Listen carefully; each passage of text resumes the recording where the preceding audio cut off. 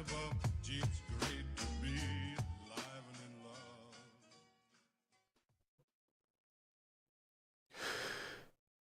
in love. Yeah. Good morning. Buenos dias, Ted. Senor, you're in here early. And let's wait for the live stream delay and lag to catch up here. Have a nice sip.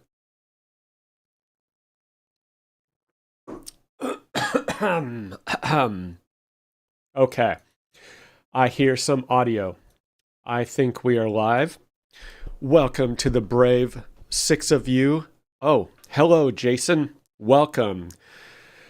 Come on in, brew some coffee. It's Friday. It's been a week, as it always is, and we survived. Congratulations, small victories, right? Okay, what are we talking about today? Let me get oriented.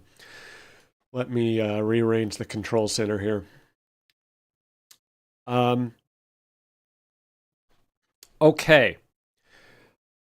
Send some questions, comments. Say hello. Twitter, YouTube, Twitch. Looks like most people live on YouTube right now, but I have received a comment or two in the past on Twitter. I do not know how to do it. And Twitch also works. There's someone who watches on Twitch. Ted is drinking Ethiopian today. I actually don't know which the geography of my coffee this morning. It is passenger coffee, and I like the passenger coffee for lattes. However, I did a double dose, so I'm double fisting today with my coffees. I have a Hario pour over and a latte. So we will get through this together. So, this is kind of a joke. I just said, generate an image of 3 ERP consultants. And just look at it and you should get the jokes. So I think I'll be employed for a little while longer as an ERP consultant simply because I can count to 10. And I think the lesson is that asking an AI in quotation marks to do simple things or things that a human would consider relatively simple, it's just not where they excel. They excel in things that a human typically wouldn't do. Like, look at this random image with limited information and tell me within 1 kilometer where on the planet this photo was taken. A human is terrible at that, most humans, but turns out an AI can pinpoint a photo based on the soil tone and the foliage and the distance between houses. Who knew? So, yeah, like I'm just slowly learning and trying to wrap my brain around this whole AI thing. I'm sure it'll happen, but for certain things, it is definitely a long way off. El fin de semana, I did round 2 of packing. As you may know, when I head down to El Salvador, I have to pre-pack at least once. Sometimes I have to pre-pack 2 or 3 times to figure out how I'm going to fit it all in there. This round was relatively easy because I was not at capacity for volume. So I was able to put everything in there, and I was also not at capacity for weight, thankfully. So I'm at roughly 100 pounds, 250-pound suitcases, and that is heavy, folks. These are cheap suitcases. They're like, I have to put straps on them and the cover on the outside just so that they make it through check baggage and make it to the destination. So 100 pounds of check bags.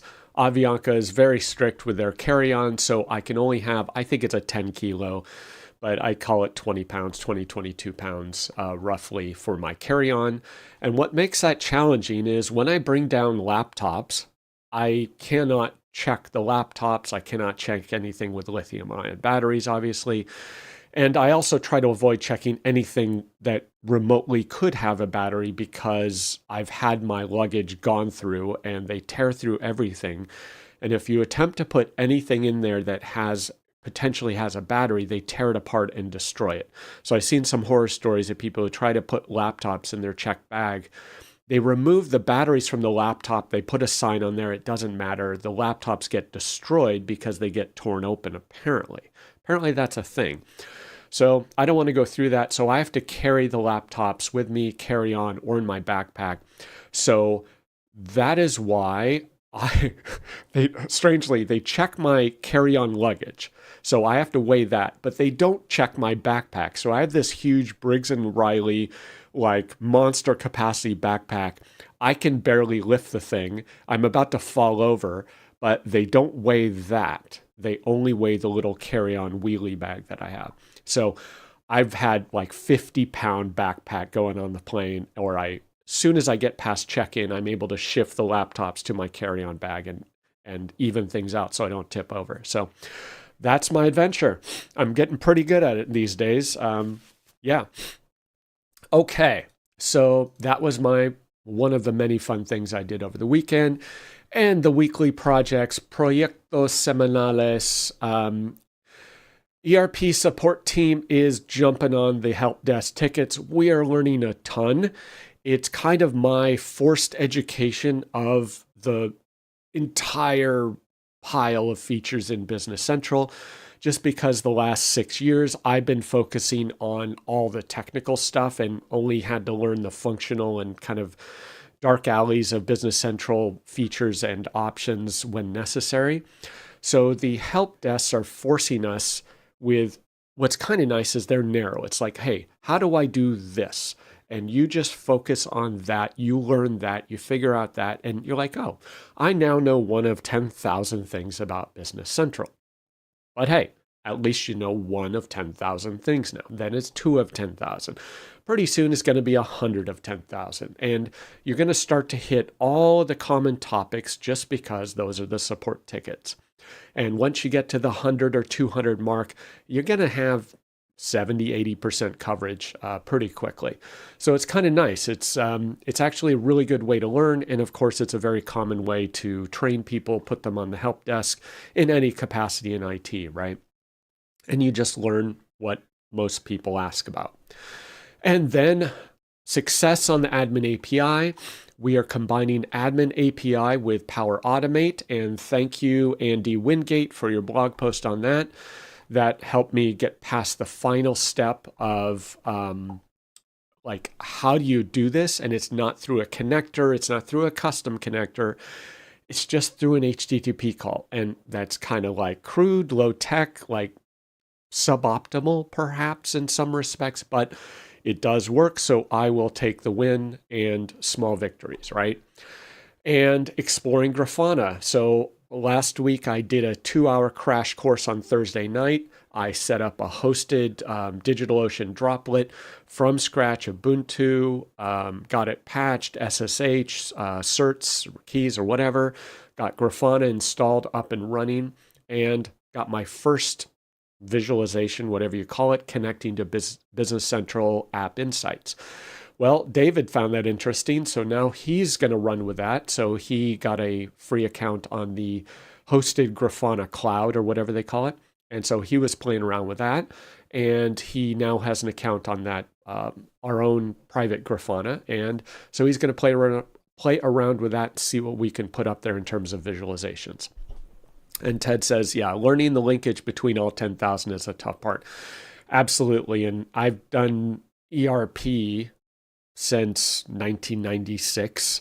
And as you move from one ERP to another, there's common themes, but man, every single one has its own bizarre quirks and features, as Doug would say, right? So yeah, I mean, I did GP for 20 years and BC just has its own way of doing things, which I will mention shortly. And then we had a few requests for Business Central report layouts. And one of the reasons I don't particularly like reports is, hey, I want this report. I deliver that report. And they say, well, can you change this? We want this differently. But what about this? And this needs to be blue. And can you move this a little to the left? And why is this field blank? And it just never ends. And from a consulting perspective, it's fantastic because it's just ongoing recurring revenue and it's just a job for life. But I just don't have the patience. I want to do it. I want to be done. I want to move on. I want a customer say, great, that's exactly what I needed. Time to move on to something more important. But reports never seem to operate that way. It's an evolving landscape. So Monday, lunes. Among other things, I'm like replying to emails left and right in my what I call my day job in the Dynamics GP world, replying to support tickets and emails. And unbeknownst to me, apparently customers had not been receiving my emails for roughly a week, is my guess. And that is because my partner in that business, well, one of the reasons we think, we're not entirely sure, but our Zoho, which we use for CRM, email, and help desk, they implemented a DKIM requirement for email. And my partner was finally able to get off his old hosting platform and move to a new one. He moved to HostGator, which I've also used. And as part of that, the DNS may have changed. And so whatever happened, just emails stopped getting delivered. And discovered that when a customer says, hey, I've been trying to get a hold of you for 2 weeks. What's going on? I'm like, I emailed you. Then I replied. They didn't get that. I replied through a different email. They finally got it. And I'm like, okay, we have a problem. So we had the email security fire drill, which friendly viewers you may know about, DMARC, DKIM, and SPF. Do not ask me what any of this stuff is, even though I must have done it at least a dozen times. It's just stuff I do in DNS. That's about all I know. My email hosting provider tells me to do something and I do it. Thankfully, it has gotten much better over the years. It used to be this nightmare where you're having to manually assemble the SPF thing and figure it out. Now your email provider, your SaaS application provider, your help desk provider, whatever, they should give you a wizard that gives you the exact DNS entries you need to put in. And so we went through this fire drill finally. Now that we have access to the hosting platform and the DNS, we figured out 17 levels deep how to get into the DNS entries on the new platform. We did DMARC, DKIM, and SPF, and voila, email started flowing. It was like magic. And so that was helpful. And one thing I learned in the process, I knew kind of the setup process, that was fine. But then the cool thing that I just accidentally discovered is how do you verify that the DMARC, DKIM, and SPF are being implemented and are working? And so it turns out that Gmail, so far, is great for verifying this. So if you send an email from your platform that you just configured with the DMARC, DKIM, and SPF to a personal Gmail account or whatever, you go in the 3 dots in the upper right, click on Show Original. Now, this is a pain in the butt to do in Outlook now, and it's a nightmare to figure out what you're looking at. But Gmail, under Show Original, has this very nice kind of like status right under the header, and it will just highlight SPF and DKIM. I'm like, this is awesome. So it makes it so easy to know, is SPF present? Is DKIM present? And also I'll show you is DMARC present, and it'll show you pass or fail. So here you see SPF pass, DKIM fail. And strangely, I don't know why this is happening. This is coming from my Business Central tenant on my Office 365 tenant. And I have email configured, I got the domain configured, been using it for years. For whatever reason, when an email goes out from Business Central, it sends it out via the onmicrosoft.com version of my domain. Even though I have Outlook, Exchange, or Outlook and Azure and everything fully configured with my domain name. So I need to figure out what's going on here, because in Business Central, I'm just saying, use my email address. And I put in my email, I authenticate, and that's pretty much all you can do. But when BC is sending the email, it's reverting to my on Microsoft version of that domain. So that was interesting. I didn't know. So my DKIM out of BC is invalid. So heads up, I didn't know that. Now, interestingly, DMARC, well, actually not interestingly, I guess I haven't configured this domain with DMARC. I need to do that. But I sent it via a different domain that I have that does have DMARC configured, but does not have DKIM because that hosting provider does not support DKIM, unfortunately, even though it is hosted Exchange. So you see, I get a pass with SPF, I get a pass with DMARC, and DKIM is not present. So Gmail, Show Original, fantastic way to verify this stuff. It was really, really helpful. Ted says, definitely update us on what was required to get BC to use your personal domain. Yeah, that was news to me. So if you use BC to send email, give it a try, send it to Gmail, see if you get a DKIM pass. If you do, then it's something on my end, and I'm kind of stumped because it's not like BC has some configuration option here. So I will ask my colleague Tanya and Alyssa to do this, to send out a test email, and we'll check it because DKIM is now becoming required by Gmail and Yahoo, pretty much is my understanding, but more people are finally implementing it, and DMARC as well. So if you don't have DMARC enabled, look into that. Henrik turned me on to that, and I use something called DMARC Report. It's a service that you use that sends you weekly updates. So maybe I just need to highlight that in a future episode. So who knew? And on to a different topic, Microsoft related. You may recall a few months ago, Microsoft had this big push in the AI world called Recall. It was this, I don't know, it was basically an LLM or search engine or scanner or something that was on these dedicated versions of the Surface. It wasn't like the Surface laptop. It was like the Surface Recall ARM-based chipset or something, and it would scan all of your documents and your screen, take a screenshot every so many minutes, and it would tell you what you did yesterday at 3:45 p.m. Super creepy. I can't imagine the use case. They didn't elaborate other than, hey, you could see what you were doing last week. It's like, why? I can see why other people would want to see my screenshots from last week. I don't particularly want to see that, except when I create my slides at the end of the week and can't remember what I did on Tuesday. So anyway, that was Recall. I haven't heard a peep of it since, so I think it got buried, and hopefully someone got demoted. They really botched that one due to the security and how poorly that was implemented. Well, it turns out there is someone named, I didn't put his name, Maloney, something Maloney, and he digs into every single nook, cranny, crevice of OneDrive. And he discovered that OneDrive for Business, this new feature, apparently OneDrive for Business, says, hey, we're going to give you an offline mode. And everyone's rightly asking, what? What does that even mean? Apparently, I don't know if it means to pull the files down. That already existed. It's almost like a search in offline mode when you're not connected, because exactly 3 people on the planet were asking for that. And so what it apparently is doing, one component of this is just like Recall.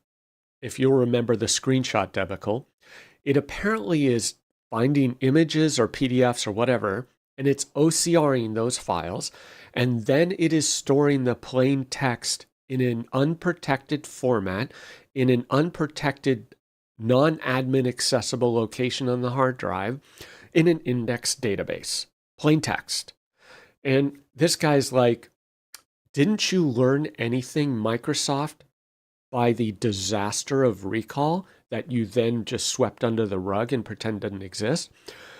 As far as I could tell, this is like just Recall Part 2, and they are re-implementing it in this renamed feature called OneDrive for Business Offline or something. So I don't want it. Can I turn it off? I don't know the point. It's like a feature that no one's asking for. So here's an article on the far side. I think it's on MSN News, hilariously. And then there's his blog post. There's a QR code where he talks about it directly, about what he found. And it's semi-technical, but pretty much the same MO. It's indexing image data, OCRing it, and leaving it in an unprotected data file in an unprotected location on the hard drive. And if you want to rationalize that and say, well, these are business laptops and, there's security and you should be securing that, be my guest. Try that defense and let me know how that works out for you.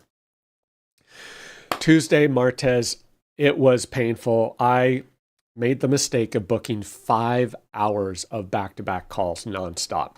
So that was my morning or my entire day. And Vanya, our consultant on the test team side, she has pretty extensive experience in the trucking and transportation industry. And so she gave a long 90-minute training on receivables in the trucking and transportation industry.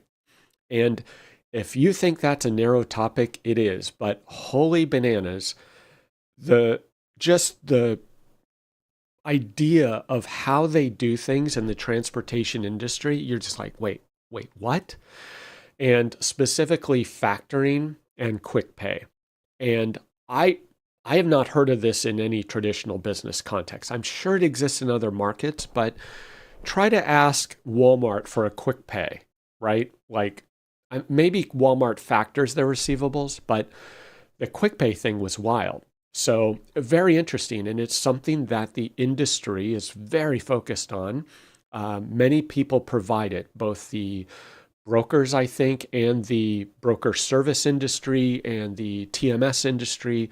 It's almost this weird operational system and banking integration within this industry. So they have all sorts of metrics to measure it, and they share data. So if a trucker is problematic, they may find it hard to get quick pay. So very interesting. So we learned about trucking industry receivables, and then we had our first monthly ERP Center of Excellence one-on-one calls where I have a chat with each of the candidates. We talk about what's going on, how they're doing, any feedback, gripes, whatever. So that went well. So yeah, that was a busy Tuesday. And then I don't know why I put this here. I think I was trying to represent that I was on calls all day. And this is another example of AI being unable to count to 4. So I think my job is safe at the moment. 6 months, that may change. And one of the things we noticed in the ERP support team help desk tickets that we talked about, notice this page. And this is the customer's list page, right?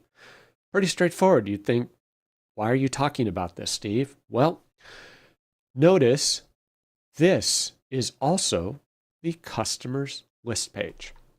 Do you notice a difference? It's a little subtle, but notice that the company is not listed. Cronus USA is not present. The action menus, or whatever you might call them, finance, cash management, sales, purchasing, etc., are not present. This is the second time I've encountered this, and it actually produces some confusion.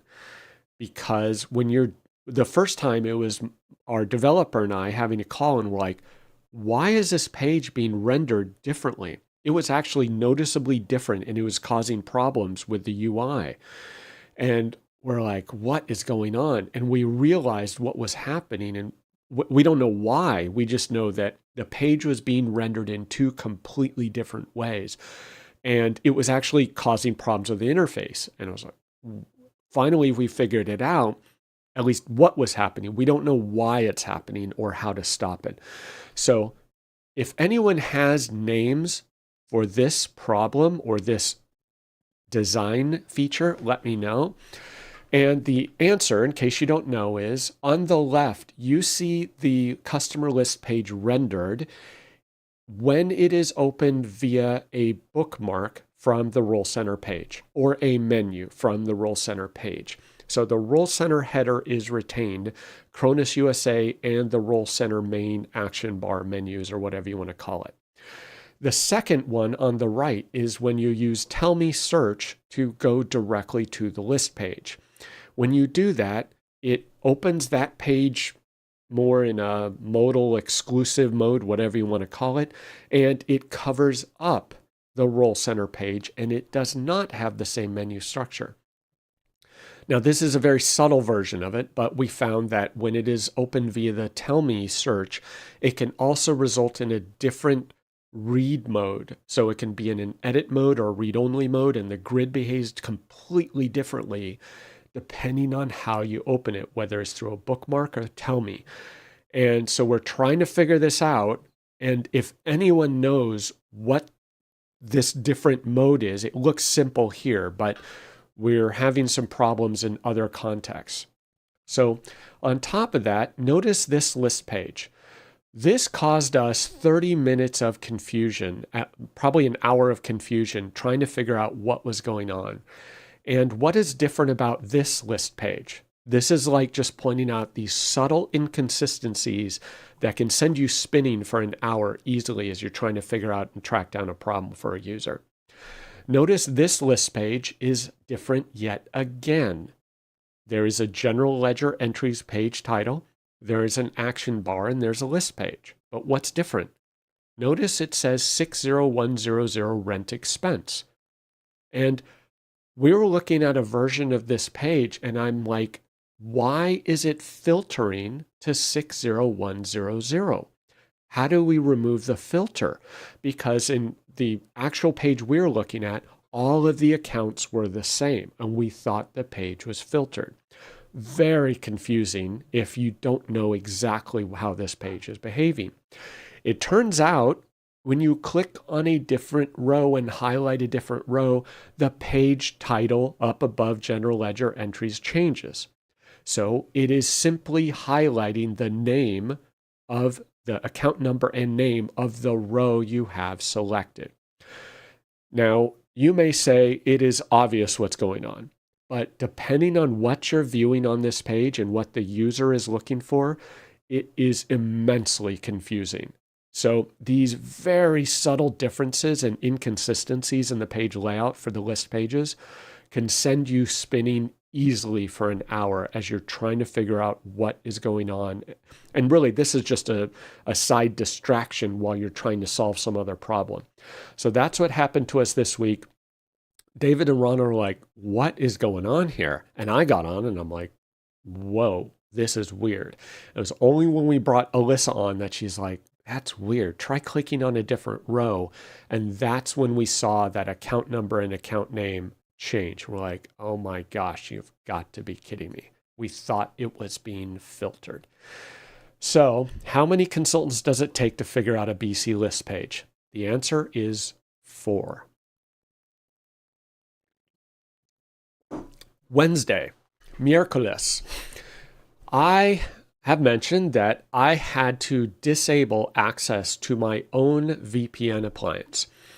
And if you happen to have port 443 open on your firewall to give access to any type of internal VPN, boy, the security of your network, its days are numbered, folks. If you have a single open port on your firewall, you are just begging for trouble.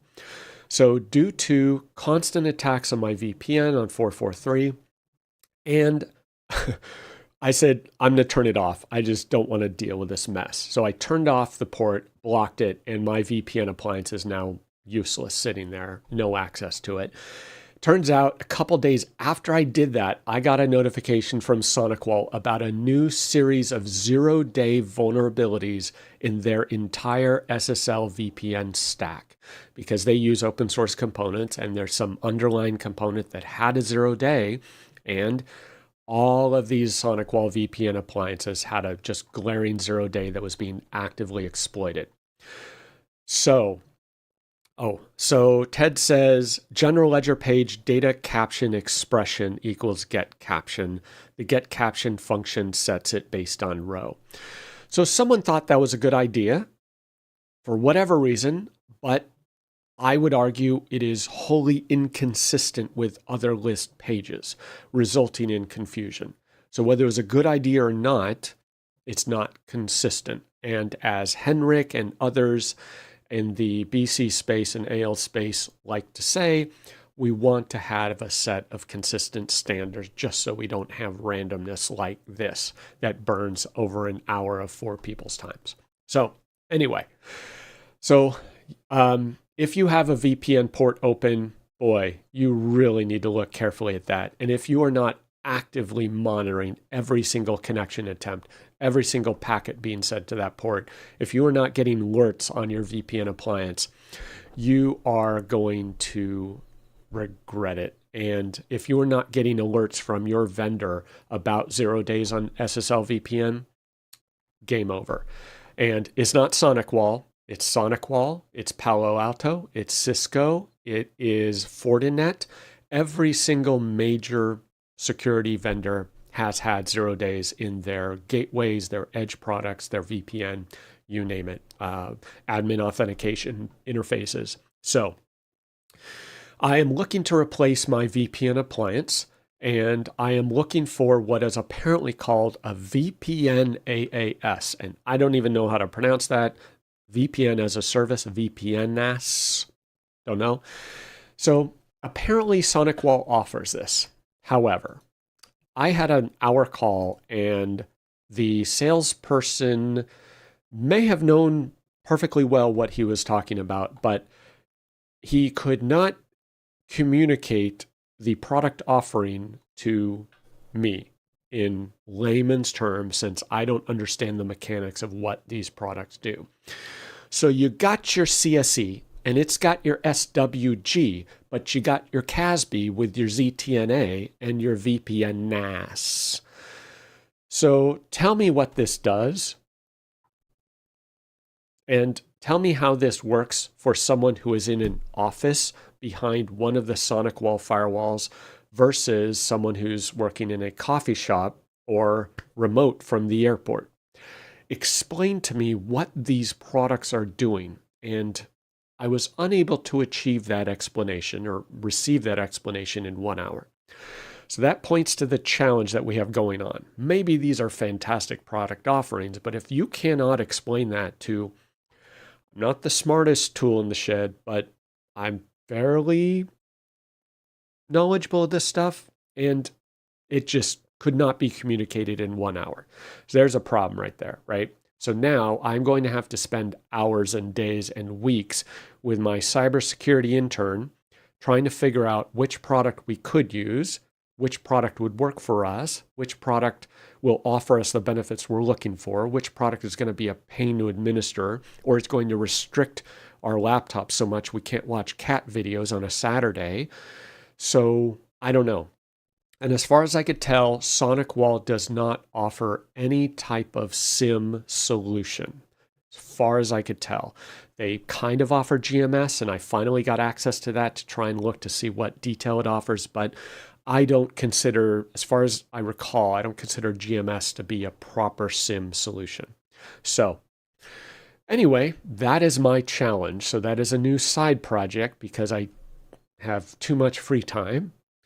And then on Wednesday, right when I had a call with Alyssa at 10:30 a.m. Pacific time to deal with an authentication issue where someone's 2FA he got a new phone, so we have to reset his 2FA. And we go to Admin Center, and this is what I see. And that's what Alyssa sees. And then I try to go to Azure Portal. I see the exact same page. I try to go to 365 status or service health page. That's what I see. I try to go to Azure status health page. I see the exact same thing. Every single admin interface for all the Microsoft portals showed this error with an error code of 0, no correlation ID, exception message. It was just blank. It was dead. It felt like an authentication connector issue. So turns out that the error supposedly lasted for about 30 minutes. Oh, I guess it was at 10 a.m. Pacific, exactly when we had our phone call. So we just had to give up, and now we have to schedule another call to fix the MFA issue, reset a password, whatever we needed to do, and give admin access. So that was great timing. So I just happened to catch a 30-minute outage exactly. It was amazing. And as part of this, one good thing that came up was I posted this and I was like, I can't even get to a status health page. And Johan C. had a great recommendation that he said he was able to still access the status and health information through the mobile app.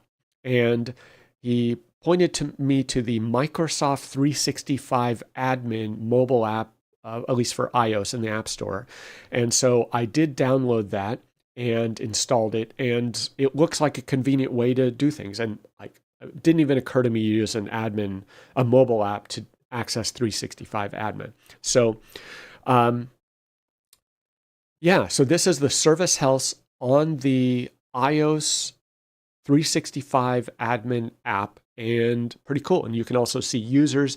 I haven't really explored it yet, but maybe we can solve the problem and reset 2FA and all that through here. I don't know. Maybe we'll need Azure admin. Not quite sure.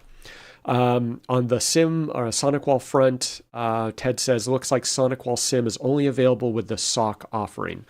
Well, I am subscribed and pay for a managed service through the subsidiary or the firm that SonicWall purchased. So I pay for a GMS subscription, and it's a pretty report that tells me basically nothing. And as far as I know, I don't know that I can drill down to the connection attempt level, which is what I can do with Graylog and syslog data. So I finally got access again back into GMS, and I need to see what is included with that, if it's equivalent to a SIM or not.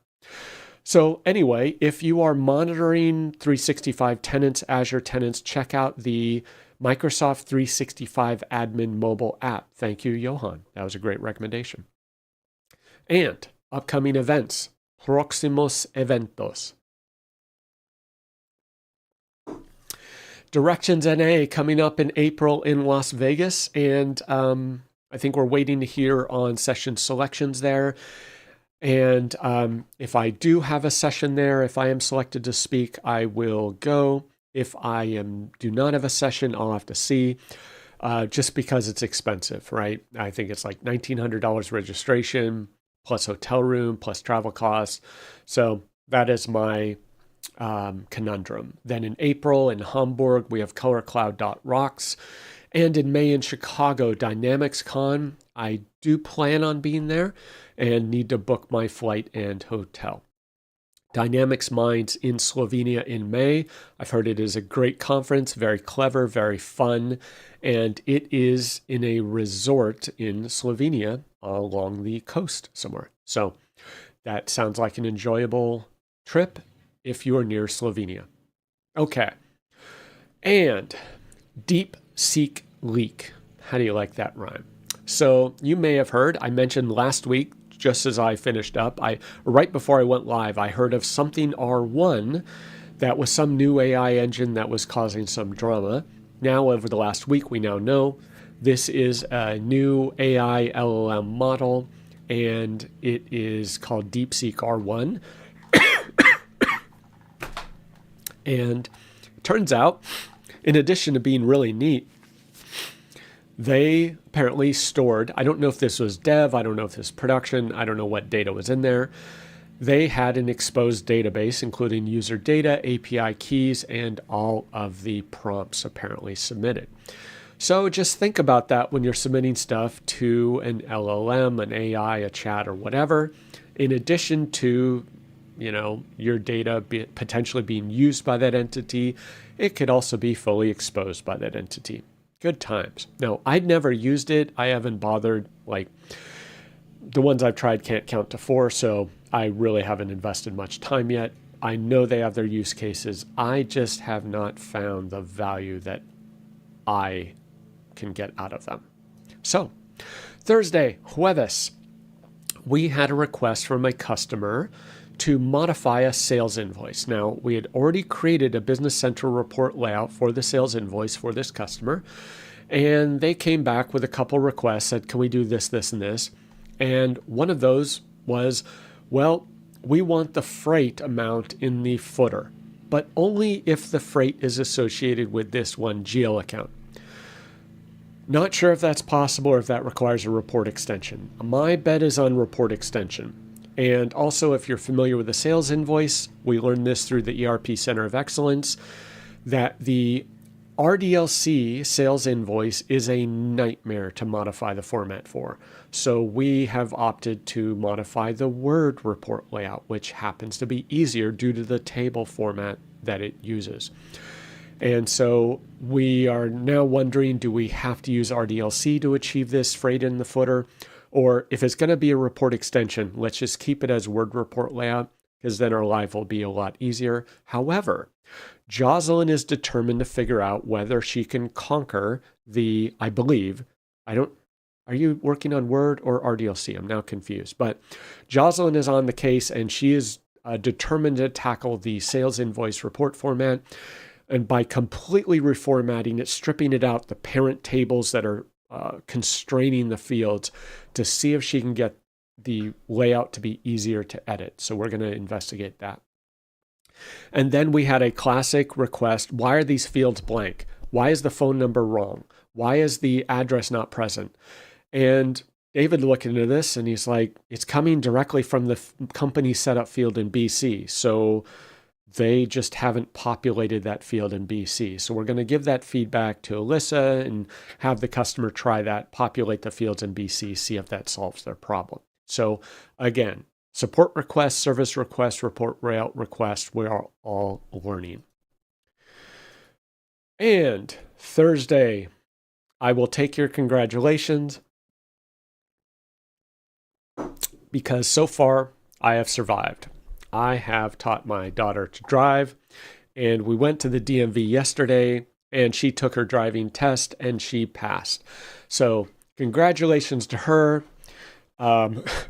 Cumpleaños, I believe, feliz, whatever the word is, to me, for surviving. You will notice I do have a lot of gray hair. I look very old in that photo, and I'm like, wow.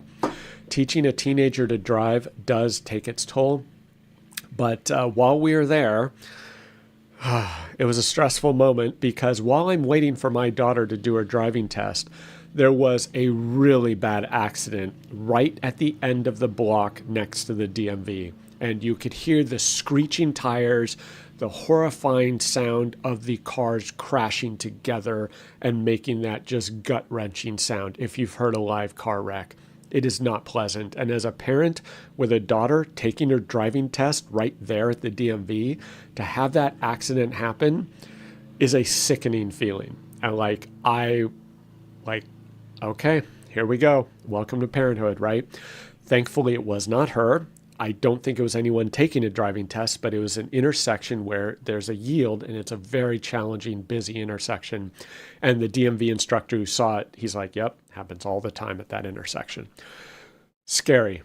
So I was watching students or young people fail their driving tests. Thankfully, my daughter passed and we all made it out of there. But I talked to one of the DMV test guys, and I'm like, how do you do this? Seriously, how is this literally your job? He says, we're just patient. He was the most chill guy in the world. And he had just failed a girl who apparently had almost caused 2 accidents. So he had to stop the test early. So she came back like minutes after leaving and just like, nope, she failed. So I'm like, wow. So anyway, yes, we survived. So that was my Thursday. So, yep, I am celebrating today. And Summit NA Roadshows, dynamicscommunities.com/summit-roadshow. We have 4 in February. I didn't check the dates this week, so go to the site and double check those dates.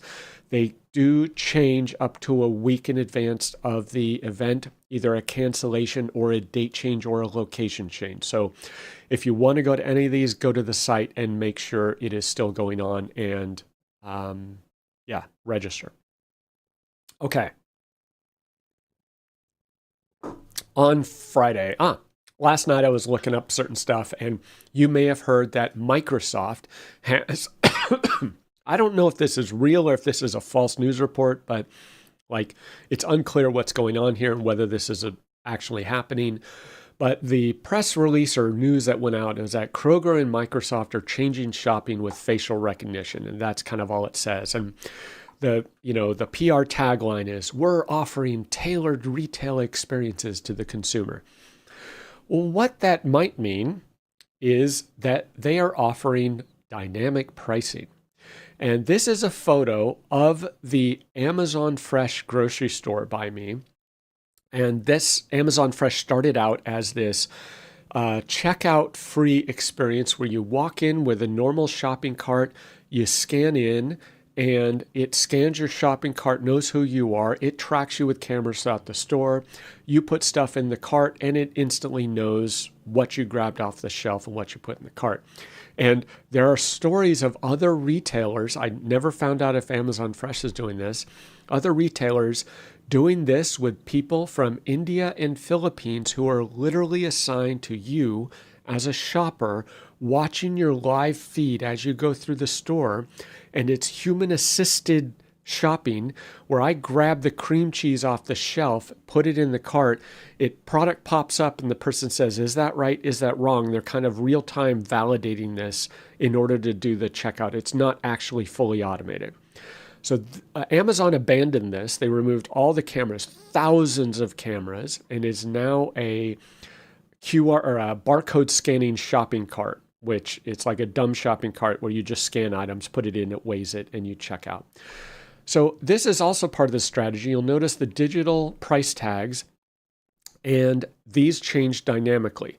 So if you go shop for cream cheese at 8 a.m., and then go at 4 p.m., you may see entirely different prices. So it's dynamic pricing. $8 for cream cheese, folks. Yeah, so I'm going to have to find a different grocery store.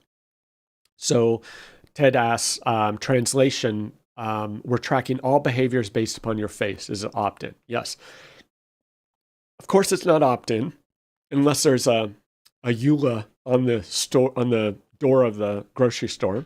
But turns out this has been happening for years. It just didn't use facial recognition.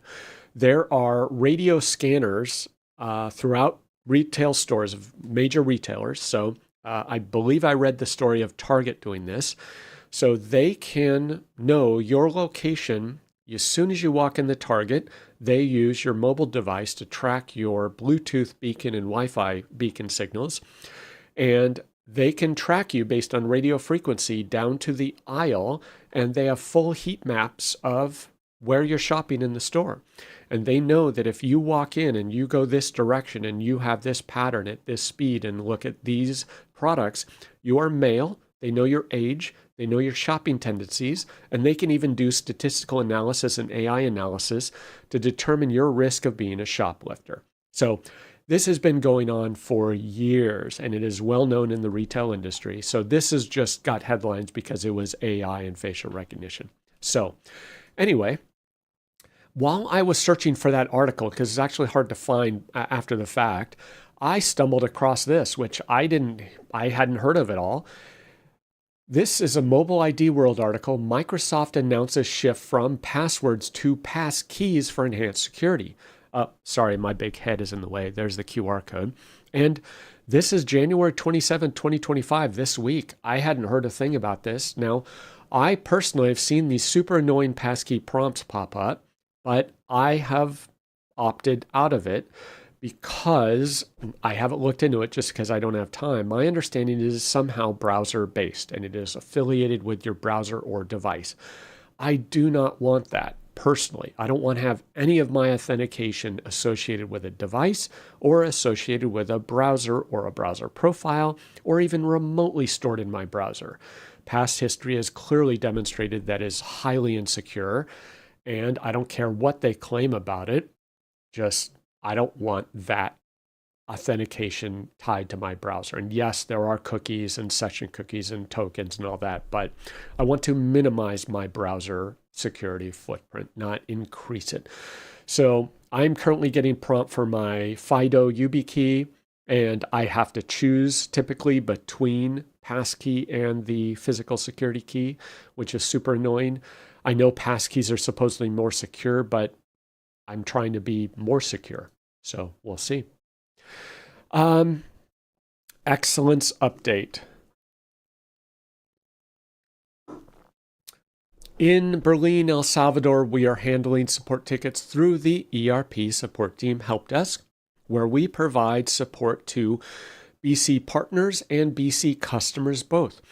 So if you just want generic BC support and you don't have time, you don't have the staff, that's what we're building in Berlin, El Salvador. So we have a fully staffed team there. And one of the things we're trying to do is offer this as a subscription service. So you pay an annual support fee and you get so many tickets per month. And we provide additional services in order to make that fee worthwhile. So if you were to receive 6 tickets per month, we got good feedback from a partner. He says, "What is a support ticket?" And at first you might think, that's a strange question. But if you think about it for a few more seconds, you'll realize the problem. You can get a question that says, "Hey, I need this field added to this report layout." We consider that a service request that extends beyond a support ticket. And then we get a question, how do I add this field to this BC list page through personalization? And we don't even know if that qualifies as a support ticket, just because it could be so simple. Gear, personalize, add the field, done, right? But then you might say, well, we've trained this customer 3 times on how to use personalization and how to add fields. So they're now sending yet another request with the exact same question as last month on how to add a field to a list page. So that is going to consume a ticket. Sorry, customer. Even if it takes us 5 minutes or 10 minutes, in the context of that customer, it uses a ticket. So then you have the tickets where it's like, okay, we have this problem. And it turns out to be a configuration issue. And it's not so clear cut. Is it a bug? Is it a feature? How do you treat this? And it goes on for days, weeks, hours of effort. And how do you contain 6 support tickets per month? And how do you count that? And how do you produce customer satisfaction so they're happy with what they're getting and they don't feel like you're burning tickets for no reason? So we're not sure. It's an interesting thing we're learning, but we're looking at customers who would normally pay for their support. So that request about how do I add a field to a list page, that's a billable request under the traditional model. And it's time materials. Great. We're billing you at least a quarter an hour minimum just for taking that email. So let's say you're at $150, $200 an hour billing rate, somewhere in that range, there's a cost to that. So let's say up to $50 for that email making that request.